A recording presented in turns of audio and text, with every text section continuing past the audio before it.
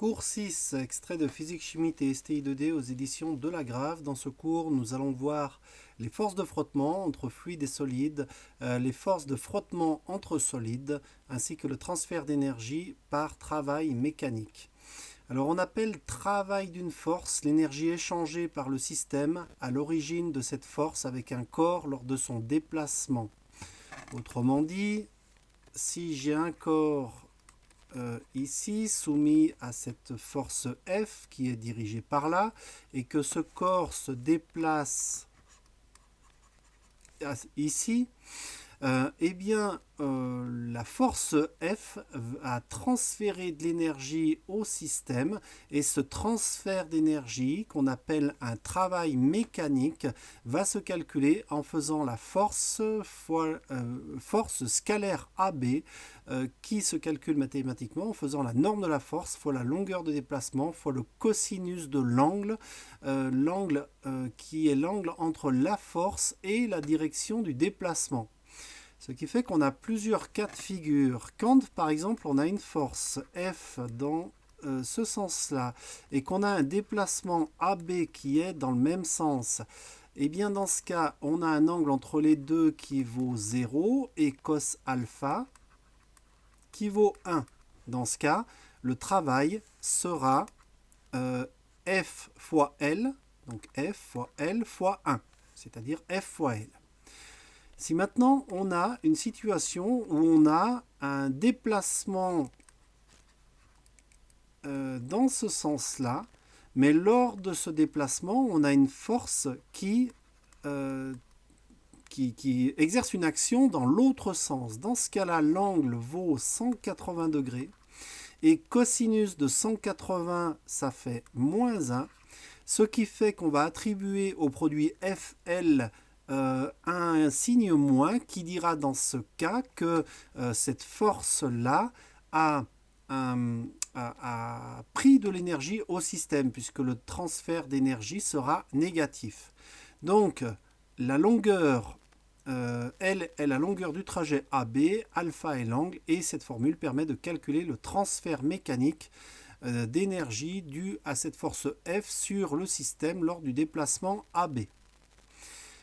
Encore un cas de figure, c'est le cas de figure où on a une force F qui s'exerce comme ceci, une force F vers le haut pour un déplacement entre A et B et le déplacement AB est dans ce cas-là vers la droite.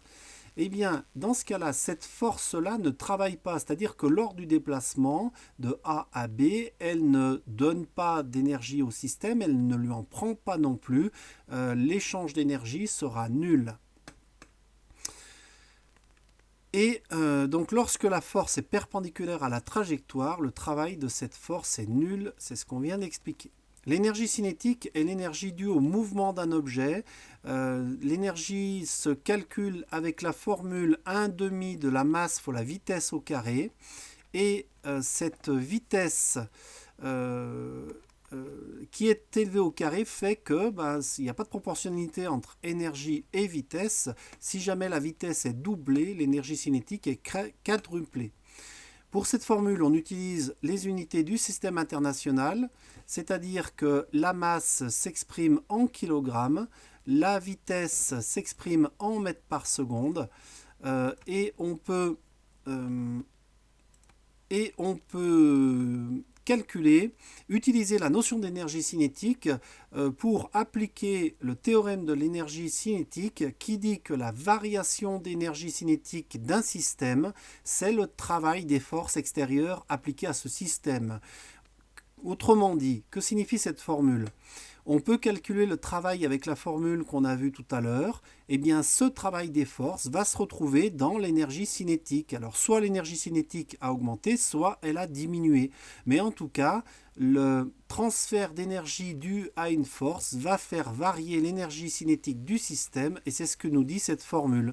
Alors, notre système est défini, par exemple, au point A avec une certaine vitesse VA qui vaut par exemple 0 m par seconde, on est immobile, et on se retrouve ici au point B avec une vitesse B qui vaut par exemple 10 mètres par seconde.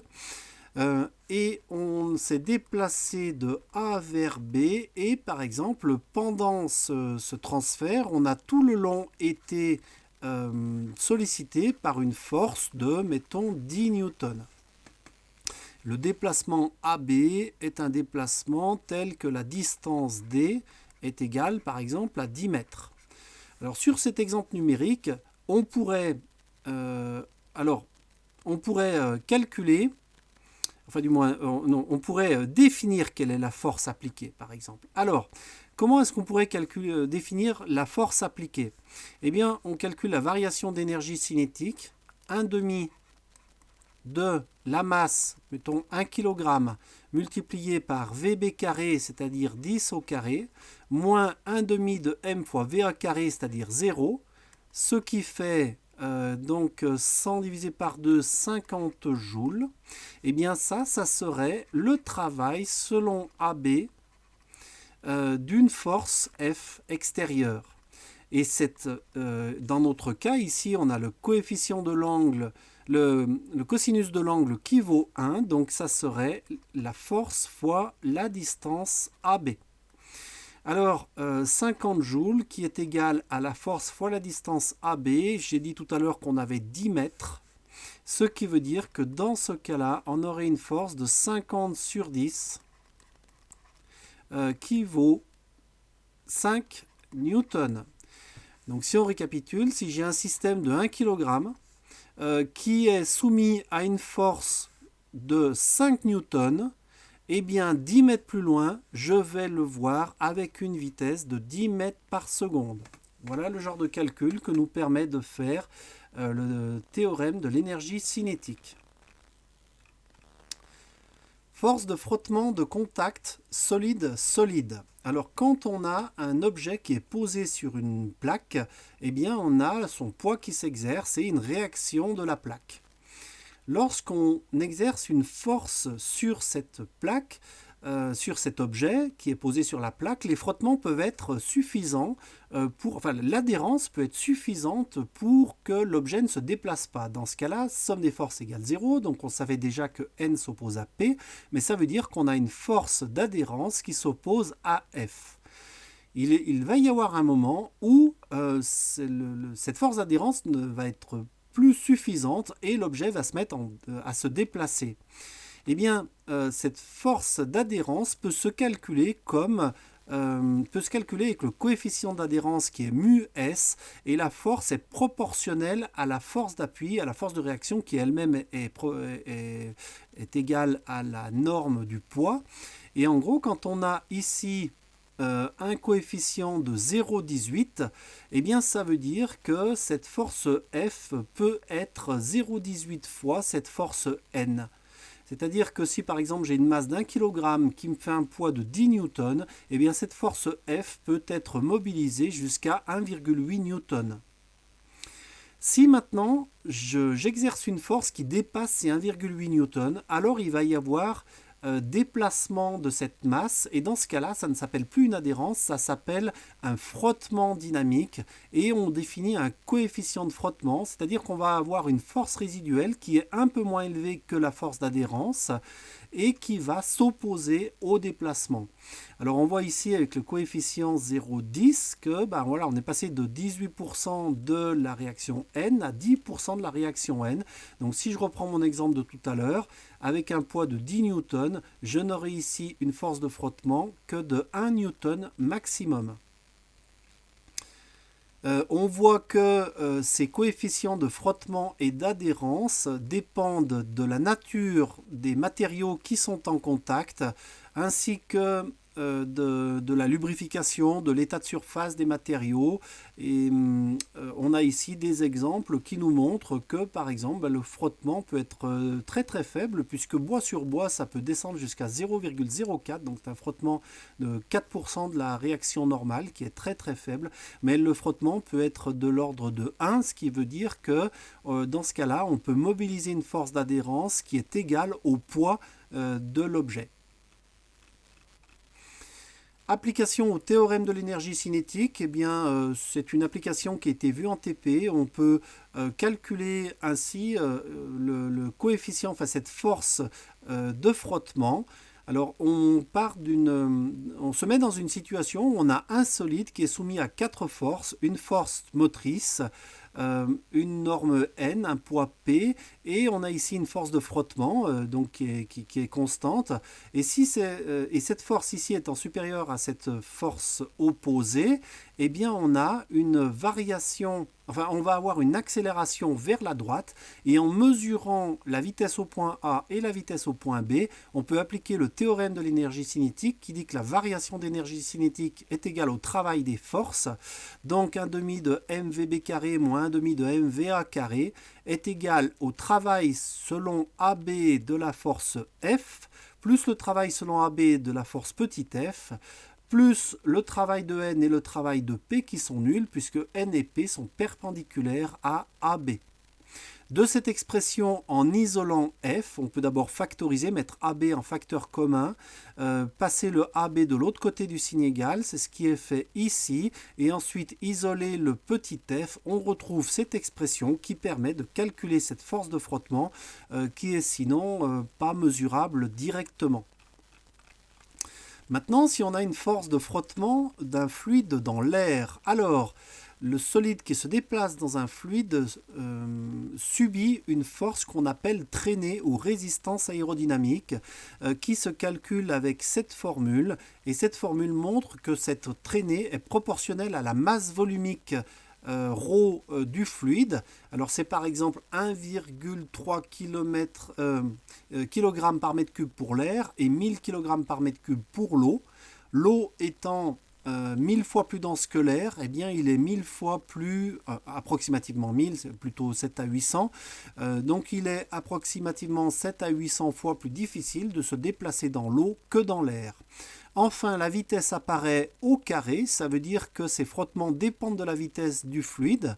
Les cyclistes connaissent bien ça, plus ils vont vite, plus ils ressentent le frottement de l'air, et c'est au carré, ça veut dire que quand la vitesse est doublée, les frottements, la traînée est quadruplée. Enfin, il y a aussi une proportionnalité à ce qu'on appelle le mètre couple, c'est-à-dire la surface qui est perpendiculaire au déplacement. Si je prends ici un avion avec ses réacteurs, vu de face, eh bien je peux avoir une surface assurée ici que je peux mesurer, estimer, et cette surface vaut par exemple 10 mètres carrés, c'est ce qu'on appellerait le mètre couple. Enfin, cette force aérodynamique est proportionnelle à un coefficient Cx et qui est un coefficient sans unité qui dépend du profil du corps qui se déplace. On sait bien qu'un corps profilé se déplace plus facilement dans l'air. On voit ici que pour une sphère, ce coefficient Cx vaut 0,47 et pour un corps profilé, il vaut 0,04. Il y a un rapport d'à peu près 12 entre les deux, ce qui fait que pour une même surface, eh bien, ce corps profilé se déplacerait dans l'air avec une force de traînée, une traînée 12 fois plus faible qu'une sphère. Cette formule qui permet de calculer les frottements permet de voir le cas de l'avion qui se déplacerait à une vitesse constante. Donc on suppose, lorsque l'avion est animé d'un mouvement rectiligne uniforme, eh bien qu'il est soumis à 4 forces. Tout d'abord son poids, une portance due au flux de l'air autour des ailes, une force de traînée due au frottement dans l'air de son déplacement horizontal et une force motrice qui serait créée soit par l'hélice, soit par des réacteurs. Comme on sait, d'après le principe d'inertie, principe d'inertie qui revient au principe fondamental de la dynamique, somme des forces est égale à ma, sauf qu'ici la vitesse est constante, donc l'accélération est nulle. Et dans ce cas particulier, on appelle ceci le principe d'inertie. Quand la somme des forces est nulle, on va à une vitesse constante avec un mouvement rectiligne uniforme et réciproquement. On en déduit donc, puisque la somme des forces égale 0, que la portance s'oppose exactement au poids et que la traînée s'oppose exactement à la force motrice, ce qui permet de calculer la force motrice nécessaire pour faire avancer l'avion en appliquant la formule qu'on vient de voir pour le calcul de la traînée. Et cette force motrice permettrait par exemple de dimensionner le moteur de l'avion.